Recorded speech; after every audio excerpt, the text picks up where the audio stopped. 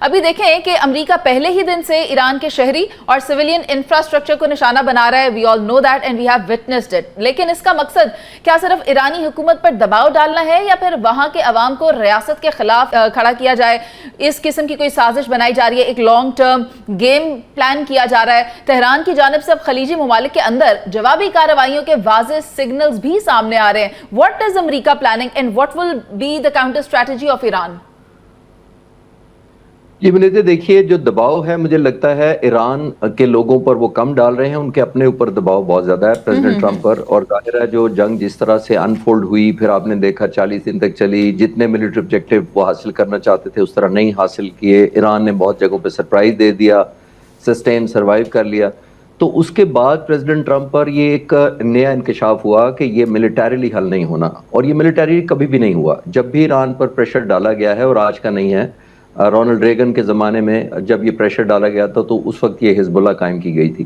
پھر president Clinton کے وقت کیا گیا تو انہوں نے اپنا نیوکلیر پروگرام شروع کر دیا جب کلنٹن نے پریشر ڈالا.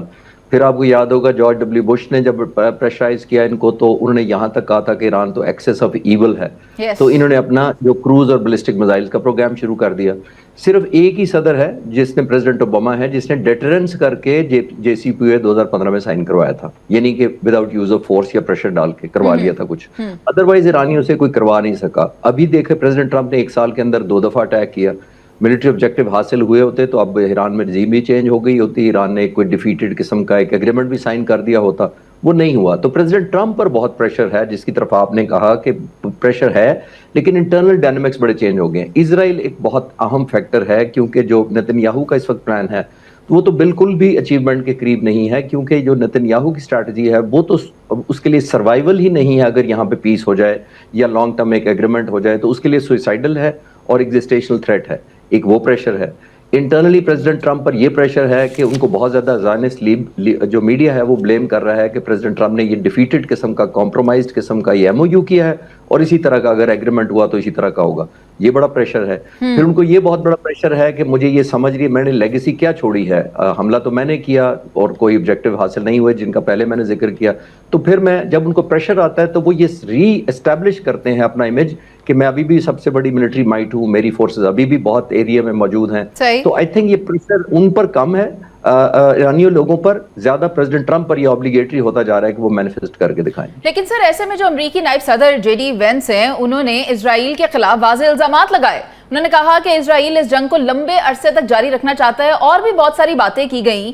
کیا یہ الزامات امریکہ اسرائیل کے موجودہ تعلقات کو متاثر کریں گے؟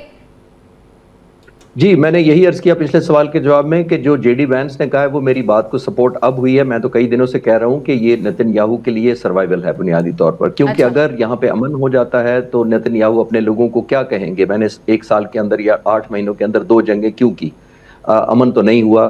اسرائیل وہ نہیں کر سکا جو ایران کے اندر رجیم ہے, نیوکلیر ہے, میزائل پروگرام ہے, تو وہ نہیں ہوا. تو یہ ایک سروائیول کی جنگ ہے بنیادی طور پر نتن یاہو کی, جس کی وجہ سے وہ 2 آپشن سے کرنا چاہتا ہے. اس کے بعد 2 ہی آپشن ہے کہ یا یہ آل آؤٹ جنگ ہوتی رہے, اور اگر آل آؤٹ نہیں ہوتی تو آج کل جو چل رہا ہے یہی ہوتی رہے کہ نو وار اور نو پیس کے درمیان رہے.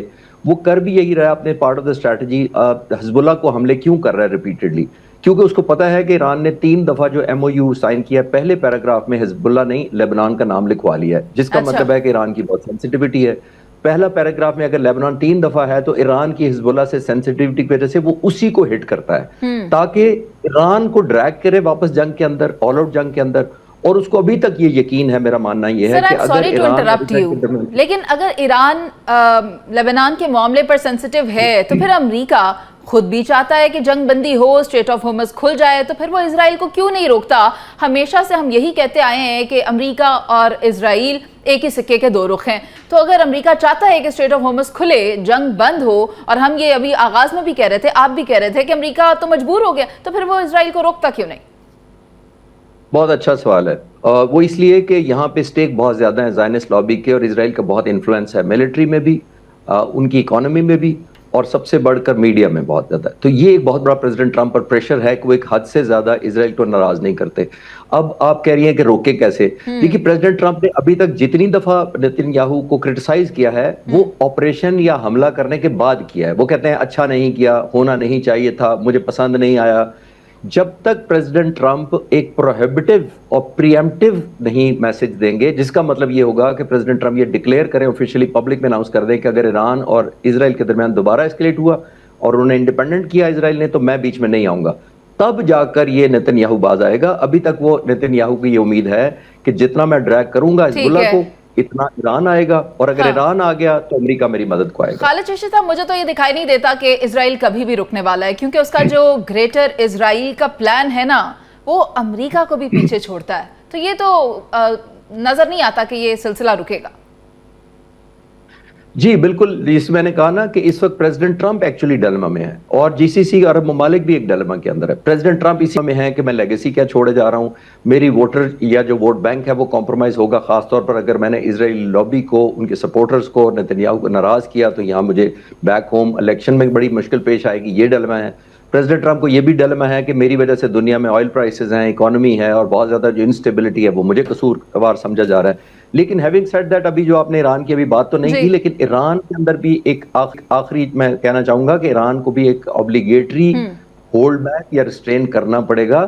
جب بھی ایک ایڈوانٹیج ہوتا ہے، آپ نے اس کو ویلیو میں کنورٹ کرنا ہوتا ہے، آپ نے اپنے ایڈوانٹیج کو ڈسٹرکشن کی طرف نہیں بڑھانا ہوتا، جس کا مطلب یہ ہے کہ لیڈر آف اسکلیشن ایران کو بہت کیئرفلی اوپر لے جانی پڑے گی، کیونکہ وہ بیک فائر کرے گی تو ایران کا جو ایڈوانٹیج ہے وہ بھی لوز ہونے کا خطرہ لگتا ہے مجھے۔ اچھا، پھر یہ دیکھیں کہ 7 روز سے جاری اس وحشیانہ بمباری کو اگر ہم دیکھیں تو روس اور دیگر علاقائی طاقتوں کا اب تک خاموش یا پھر محدود کردار کیا ظاہر کر رہا ہے؟ کیا وہ ایران کو اس نہج پر تنہا چھوڑ چکے ہیں اور ایران اب جو چاہے وہ کر سکتا ہے؟ اپنی جنگ تو وہ لڑ ہی رہا ہے، لیکن ایسے میں جو اس خطے کے دیگر ممالک ہیں جن کا بہت زیادہ سٹیک ہے، وہ کیوں خاموش ہیں؟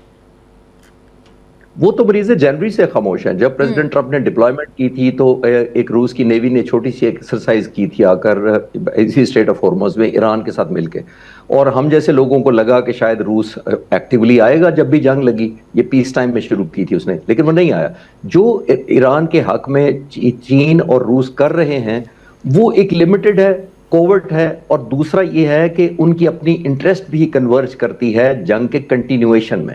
میں یہ نہیں کہہ رہا کہ وہ جنگ کو چاہتے ہیں ہوتی رہے، لیکن ان کو بینیفٹ ہے، روس کیش پہ تیل بیچ رہا ہے، چائنا کو یہ پتا ہے کہ جتنے ویپنز ایکسپینڈ ہو رہے ہیں، جتنا سٹاک پائل کم ہو رہا ہے امریکہ کا، وہ چائنا کے خلاف ڈیٹرنس کم ہو رہی ہے اور کمپرومائز ہو رہی ہے آن دا سبجیکٹ آف تائیوان۔ تو یہ بگر پکچر دیکھیں تو چائنا بھی اطمینان میں ہے کہ جتنی ایگزاشن ہو جائے، اور لانگ ٹرم میں چائنا یہ چاہتا ہے کہ یہ دنیا اسٹیبلش کر لے کہ ایران جیسے ملک کا امریکہ مقابلہ نہیں کر سکا تو چین کا کیسے کرے گا۔ بات تو بڑی انٹرسٹنگ ہے آپ کی۔ اگر چائنا یہ دیکھنا چاہ رہا ہے کہ امریکہ ایران کے ساتھ جنگ میں کس پوزیشن پر ہے، تو ایران کے پاس کتنی ملٹری مائٹ ہے، میں یہ جاننا چاہوں گی۔ ابھی آپ بھی دیکھیں، انہوں نے کہا کہ اگر 2 سے 3 روز تک یہ جنگ جاری رہتی ہے تو پھر ہم ایسا حشر کریں گے کہ یہ یاد رکھیں گے، ان کی نسلیں یاد رکھیں گی۔ امریکہ ایسا کیا کر سکتا ہے؟ ایران ایسا کیا کر سکتا ہے؟ ایران کے پاس کیا ہے؟ دیکھیے، ایران کے پاس اگر کچھ تھا تو وہ 40 دنوں کی جنگ کے اندر وہ ایسکلیٹ کر چکا ہوتا۔